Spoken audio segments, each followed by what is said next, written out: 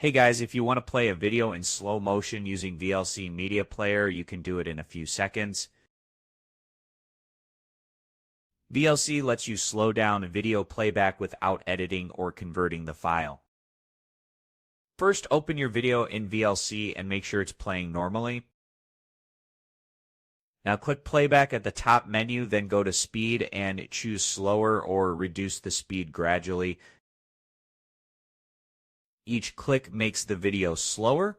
You can also use keyboard shortcuts. Press the minus key to slow down playback. To return to normal speed, press the equals key or select normal speed from the menu. For smoother slow motion, go to Tools, then Preferences, and enable time stretching for audio.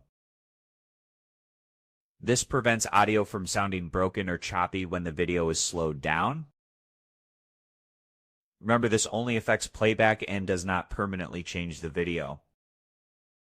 If you found this video helpful, give it a like, subscribe for more quick VLC tricks that save time, and I will see you in the next one.